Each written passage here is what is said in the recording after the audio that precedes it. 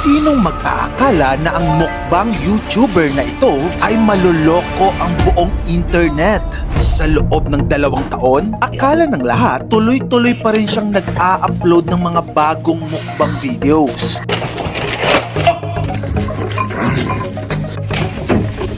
Pinagtawanan siya, kinutya siya, sinabihan siyang unhealthy, delusional at sinisira ang sarili para sa views. Pero ang hindi alam ng lahat, yung mga videos na pinapanood nila, delayed uploads pala. Meaning, luma na yung mga videos. Kinunan pa yon noong mataba siya. Habang akala ng internet na live nilang pinapanood ang downfall niya, secretly, ibang-iba na pala ang nangyayari behind the scenes. Pumapayat na siya at noon ngang bumalik siya sa camera, boom! Ginulat niya ang buong mundo. 113 kilos ang nawala sa katawan niya. Lahat na mind blown. This is the story of Nicocado Avocado and how he became 2 steps ahead of everyone. Si Nicocado Avocado o Nicholas Perry in real life ay isang YouTuber na sumikat dahil sa mukbang videos niya. Mukbang means eating show. Pero kay Nicocado, hindi lang siya simpleng kain. It was chaos. Oh, Papa!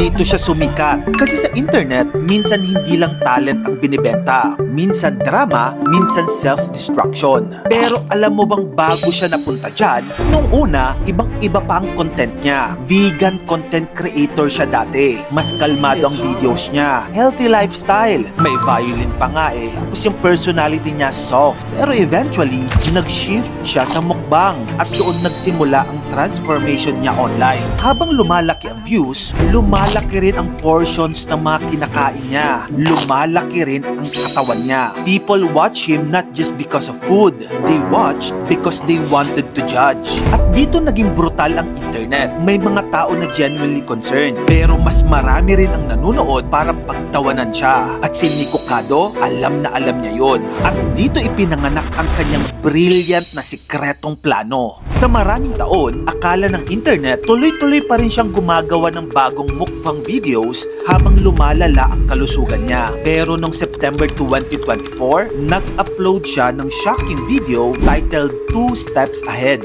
at doon nagulat ang lahat. Having lost 250 pounds off of my body. 250 pounds or 113 kilos. Katumbas na yan ng katawan ng 2 tao. Yan ang nabawa sa timbang niya. At ang mas shocking, sabi niya for the past 2 years, hindi raw updated ang marami sa videos na pinapanood ng tao. Pre-recorded na pala. Meaning, habang akala ng viewers na fresh uploads ang nakikita nila, old content na pala yun. Habang ang internet ay abala siyang ginajudge, he was secretly losing weight behind the scenes. Kaya nga sinabi niyang 2 steps ahead of everyone. grabe no, parang pelikula, parang plot twist sa Netflix documentary. Pero paano nga niya naloko ang internet? Simple pero genius. Nag-record siya ng maraming videos in advance. Tapos habang pumapayat siya privately, nagpo-post pa rin siya ng mga old mukbang videos kung saan mataba siya. So sa timeline ng audience, parang ganito. Uy, mas lumalala pa siya. Pero in real life, iba na ang nangyayari. Parang may delay ang internet. Akala ng tao live ang kwento, pero replay na pala. Pero bakit niya ginawa ito?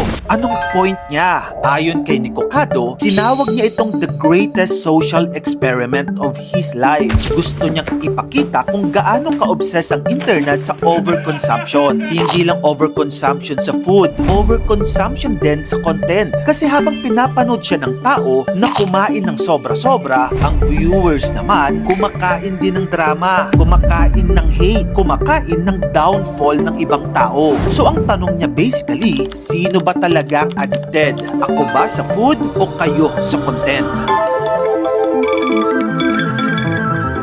After After ng viral reveal niya noong 2024, hindi natapos ang kwento ni Nicocado Avocado sa weight loss. Noong 2025, nagbigay siya ng bagong health update. Dahil sa biglaang pagbaba ng timbang, nagkaroon siya ng loose skin. Kaya nag-undergo siya ng body lift and skin removal surgery. Meaning hindi lang siya pumayat. Kailangan pa niyang dumaan sa surgery para alisin ang sobrang balat na naiwan after losing around 113 kilos. Ano ang lesson na matututunan natin dito? Hindi lahat ng nakikita natin online ay present reality. Minsan, content lang at minsan, social experiment.